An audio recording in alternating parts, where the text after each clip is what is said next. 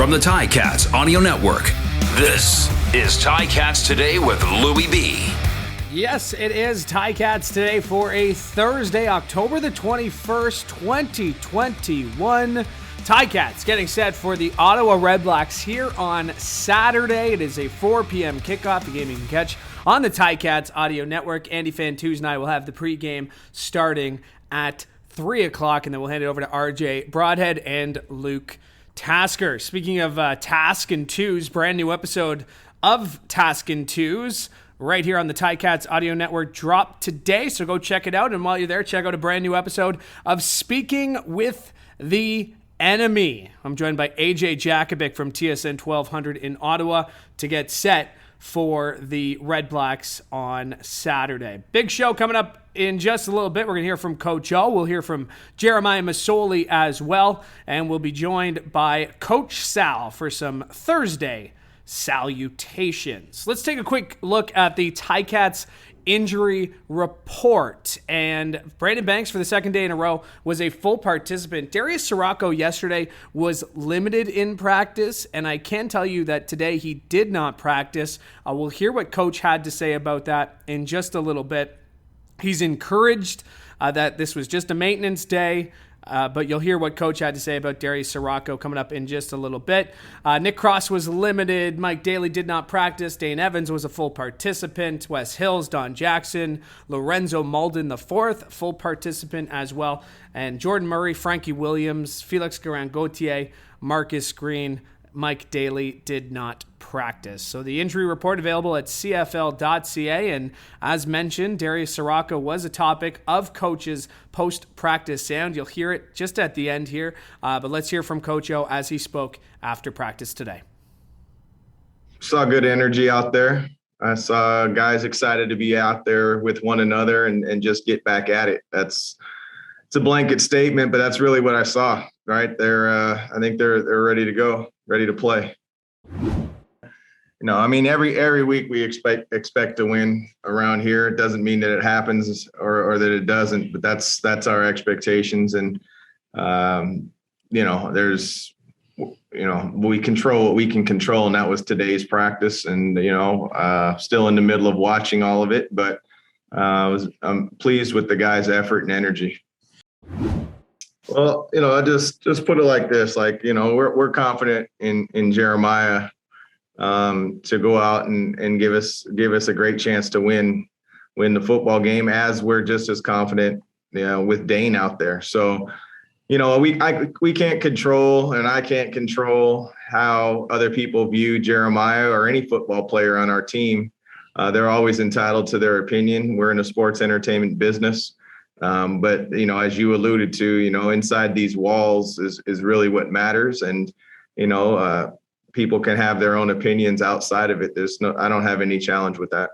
Well, it's just good to have them all out there. You envision certain things and certain lineups, and it doesn't mean it comes to fruition, due to injuries and other things. So, I'm just happy, Speedy is dealing with, ribs are a tough injury. Braylon was sidelined for a while. So we've been without both of those guys for, the majority of the year. And so now that they're back, we'll see. There's no expectations except for them to be themselves. And, I just credit the guys that really stepped up in their place, in Ackland and Dunbar and Tim Smith Tim White and Poppy White. Also, it was, I'm proud of everybody who stepped up. You need another day, Steve. And, okay. At a position like center, and somebody who understands what we're doing and understands our protections and what we're doing, is more important that he watch today. Okay.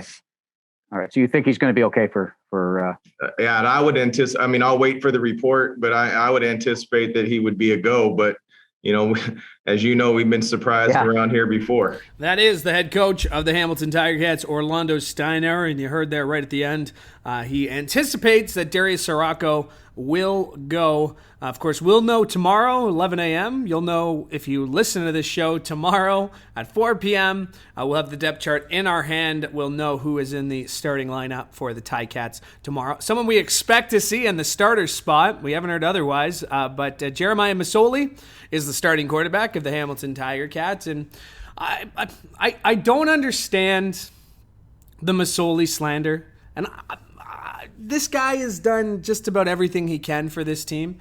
I get it. You're entitled to your opinion. Coach had mentioned that as well. This is a sports entertainment business. You spend your dollars to see this team and to cheer them on, and you're entitled to your opinion. But you look at where Jeremiah will finish up in the Ticats record books. He's still climbing. And again, if you look at what he's done this season, he's getting better and better. He's getting healthier and healthier, as evidenced by his last game. He's going to have 3 of his top targets back.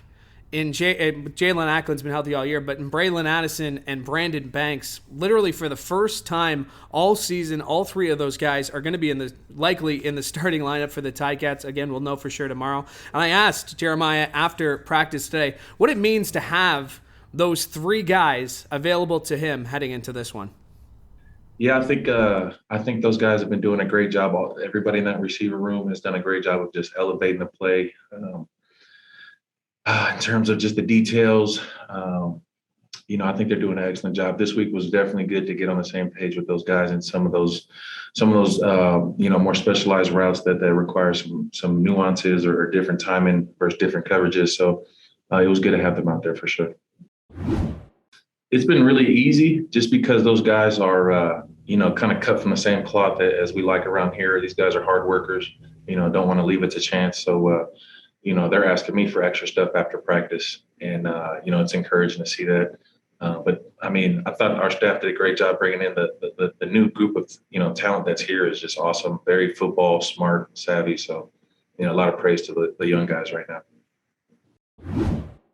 Yeah, man, I'm like Speedy's #1 fan, man, since he got here from day one. So, I've always been rooting him on. And obviously, like he said, we've had a nice connection. And, he's definitely a comfort out there to have. And, he's been raising his mojo too, man, getting the younger guys going, rallying around him. So very, very hyped and excited to see him out there. No doubt. And, we're just inches off a couple more bigger plays too. So it was definitely encouraging, but at the same time, kind of a little letdown just because we didn't get that win. So it was a kick in the butt for this week in terms of making sure we get all that stuff and hit on those plays, execute those big plays that were right there for the taking. Huge, man. I hate losing, obviously, and we're all here to win the big one. And we still have all our goals in front of us. So we got to take it one game at a time and break it down even further to when we get to game day, one play at a time and just execute. So it's big for us, but we got to make sure we stay laser focused on executing. That is Jeremiah Masoli as he spoke after practice today. Hey, did you know there are only 52 days until the 2021 Grey Cup comes to Tim Hortons Field? And did you know that tickets for the general public for the Grey Cup go on sale in just a few short days? Yes, Tuesday morning tickets for the 2021 Grey Cup go on sale. So if you are looking for tickets, if you're not a season seat member and you want to go to the Grey Cup, I'm here to let you know that the general public tickets will go on sale on Tuesday, and they will go on sale Tuesday. Let me just double check the time here. They will go on Tuesday, 10 a.m. Make that Tuesday at 10 a.m.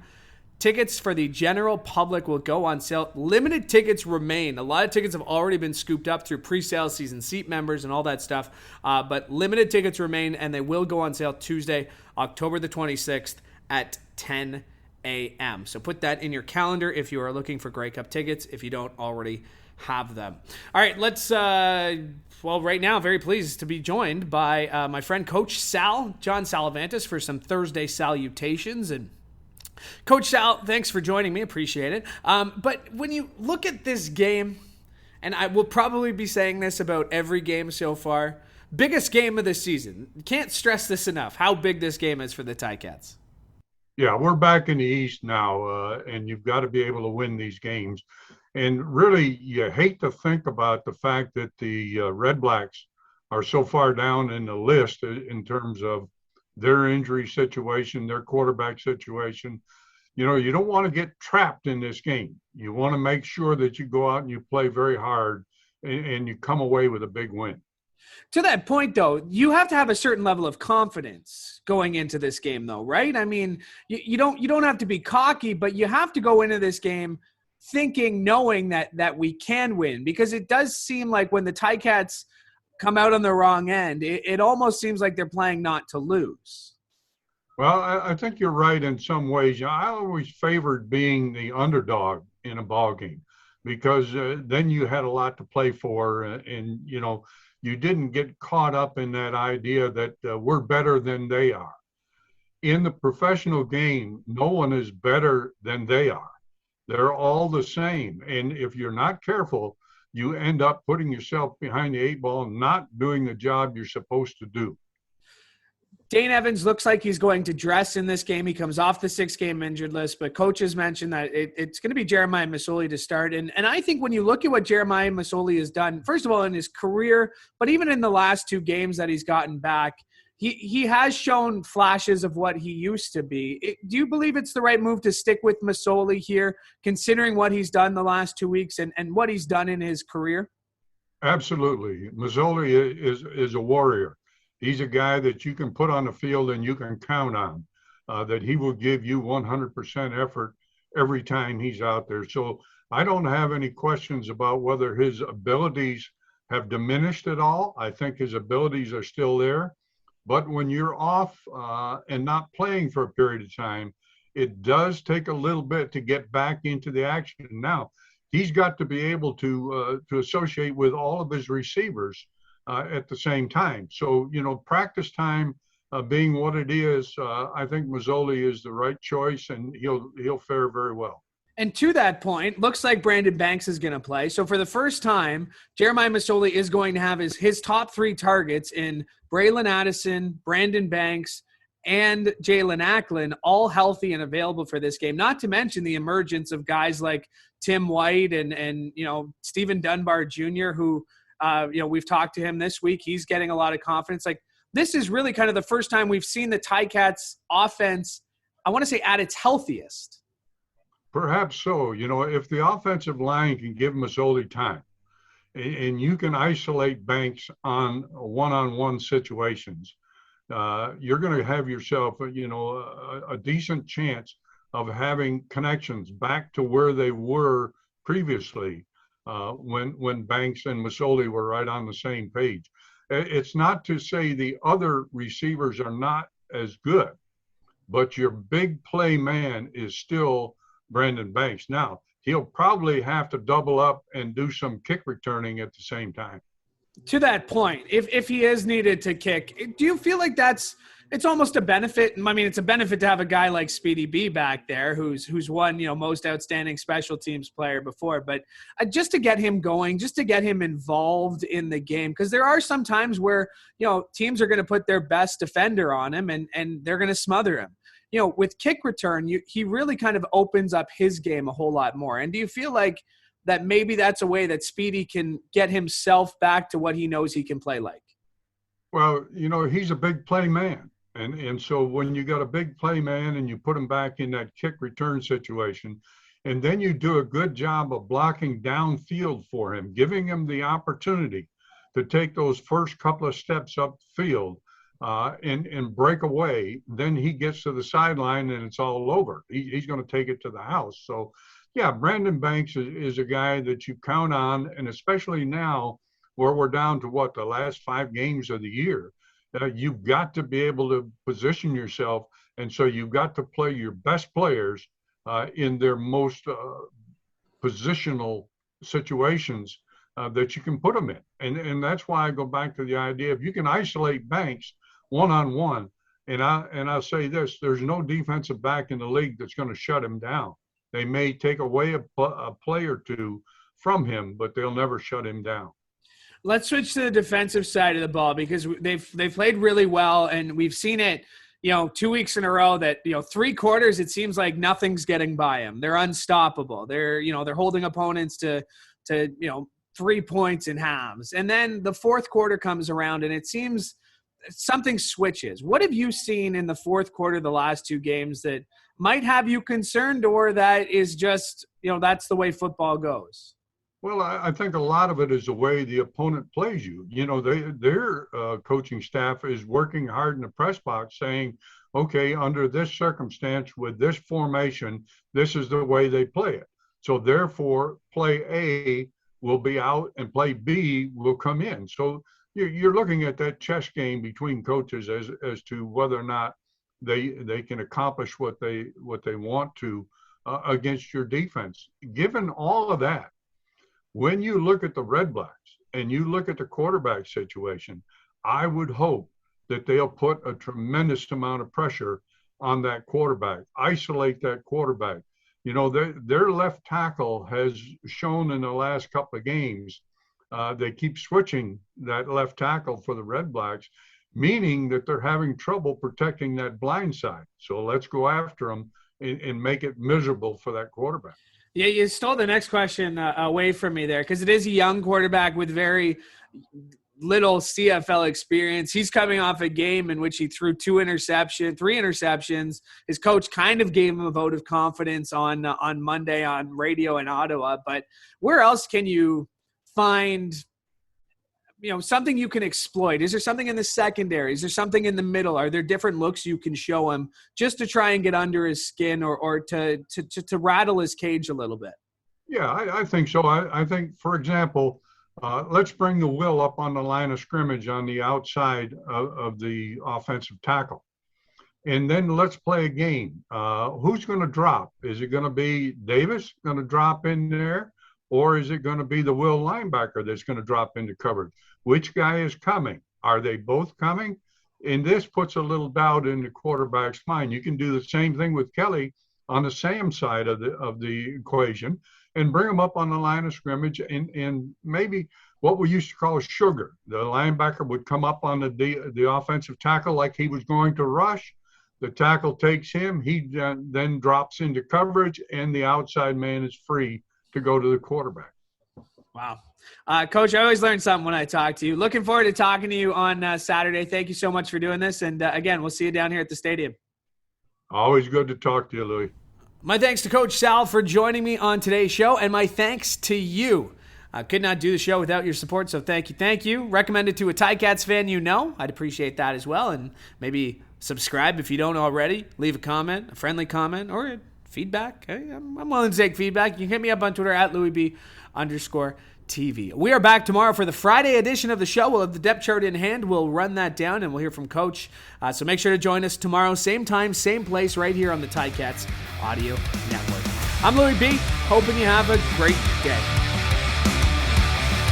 Ticats Today with Louie B. Subscribe, like, and get your Ticats fix every weekday.